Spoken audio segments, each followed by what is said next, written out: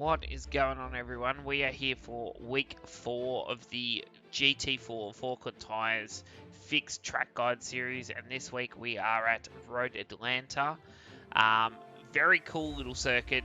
Obviously, there's a lot of racing going on this week here with the Petit Le Mans on for the iRacing Special Endurance events.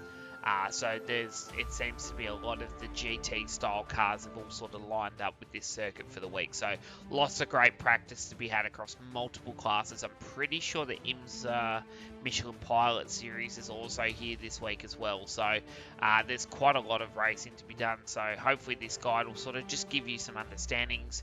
We also have the Ferrari GT3 guide that's just been done as well. So that's just up here if you guys want to check that one out as well. If not, these are your track conditions for today in the practice service that we were in. So hope this helps you guys.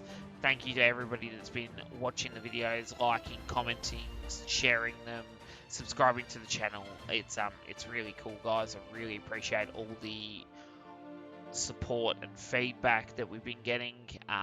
We're trying to make these videos as helpful as possible. So looking forward to continuing to grow that and give you guys more content as we move forward. So without further ado, let's kick into week 4 at Road Atlanta.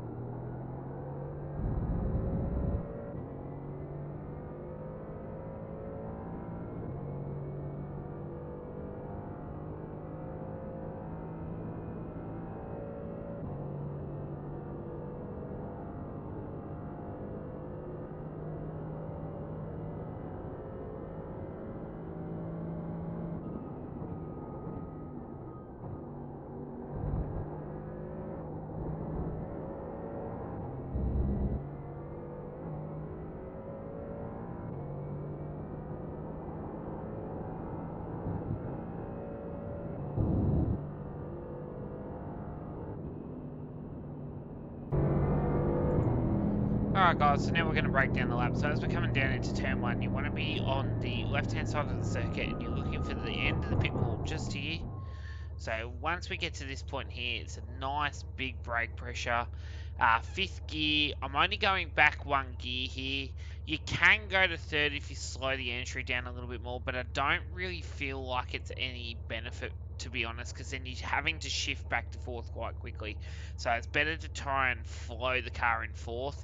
Might seem a little bit more sluggish on the entry, but it actually kind of balances out across the lap. So nice big brake pressure. I sort of get myself in line with the motel billboard, like with the bottle as I'm coming in.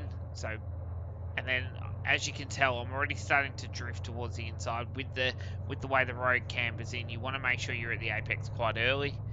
So 4th gear through here, you want to make sure that you're pretty much at the apex by the time you get to the flag marshal hut just here.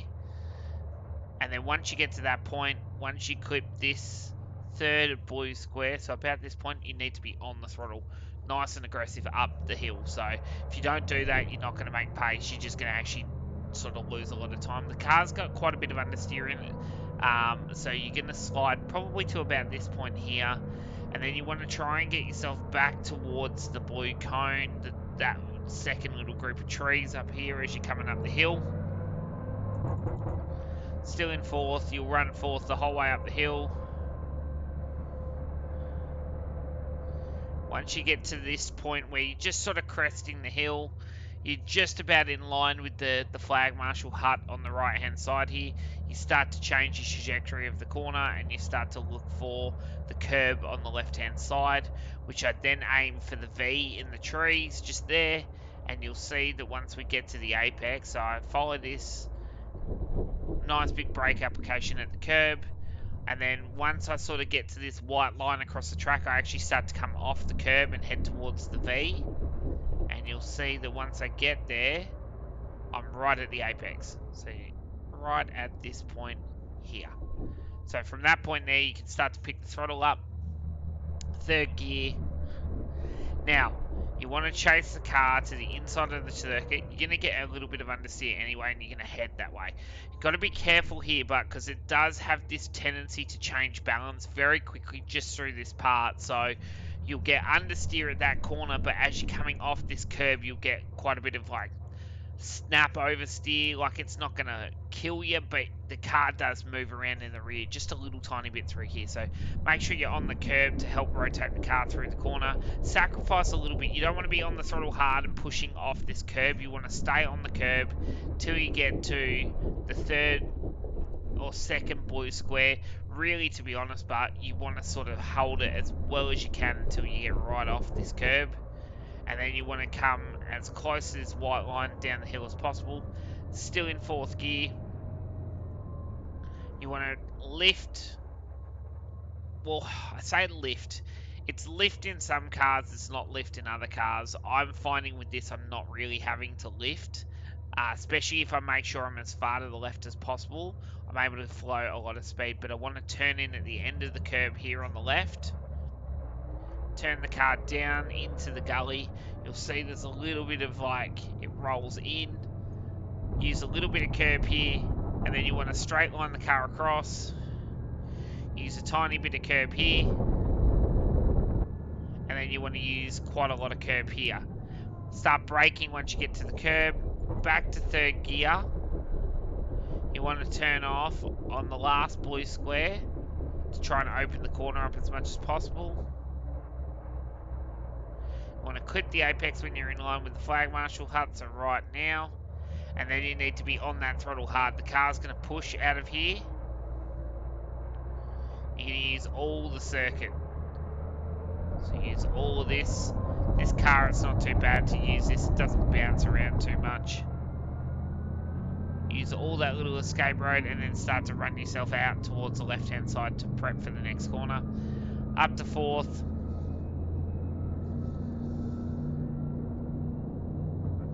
Right, big brake pressure at the 200 meter board. So right here, so 200 meters, white line across the track is a good spot.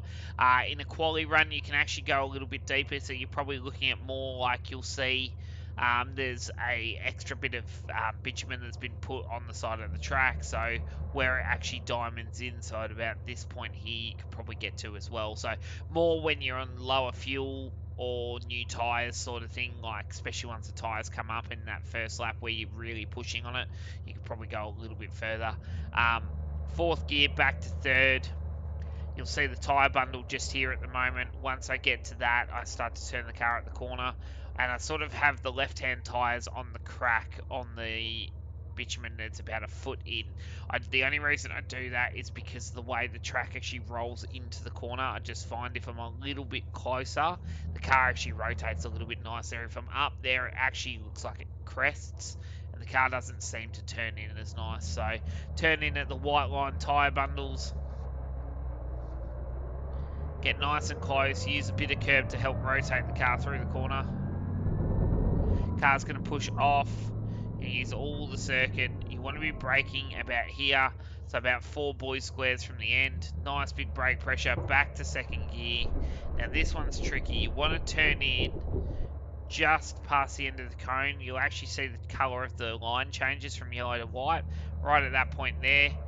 But be careful because it is very easy to miss that and turn in too early or too late. So, and then as you get around the corner, you want to clip the apex just on that last blue square and make sure that you're on the throttle from this point here. So if you can pick the throttle up from this point, the car's going to push off the track. You're going to get quite a bit of understeer here, but you're going to run it right to the edge of the road. and then up through the gears you go down the back straight. So you need to maximise the exit out of there more than the entry. Otherwise you're just going to hemorrhage time the whole way down this straight. Up to 5th gear.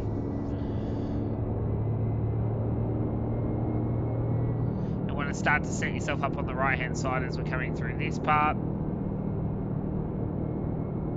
300, just past 200, and I would say it's about 110 meters, so it's roughly about 2 white cinder blocks before the 100 meter board, so it's about here. Will give you a pretty good brake reference. Big pressure, 5th gear, back to 2nd gear. As you come down, same again here, you're looking for the end of the curb on the right hand side.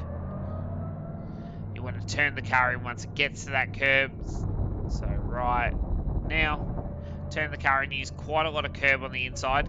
Now you can get away with quite a lot there, but just be careful as well because you can overstep it and you will get an off track. So you need to find that balance. Once you've found that, then you can sort of diagonal the car across the corner. Use quite a bit of curb on the inside here just to help with rotation. The car's going to push off. You're going to use all the runoff curb up the hill, and then once I get off the curb, I see how I automatically change direction and I'm heading for the inside of the circuit. Now the reason I'm doing that is because as I come over this crest, I want to apex on this white line right here just before it disappears in a different trajectory, and then I'm going to flow the car down the hill, let the car run right out to the edge of the road right by the end of the curb. Once I get to there, I'm going to let the car straight line for a little bit, and by this point here, so just as the crack in the road ends, I'm going to start to turn the car back in the corner nice and aggressively. Use all the circuit, clip the apex, and run it out to the start-finish line. And there you go, guys. That is your walkthrough track guide for the GT4 Road Atlanta for round 4 or week 4. Good luck for this week's racing, and we will see you next week for week 5. Thanks, guys.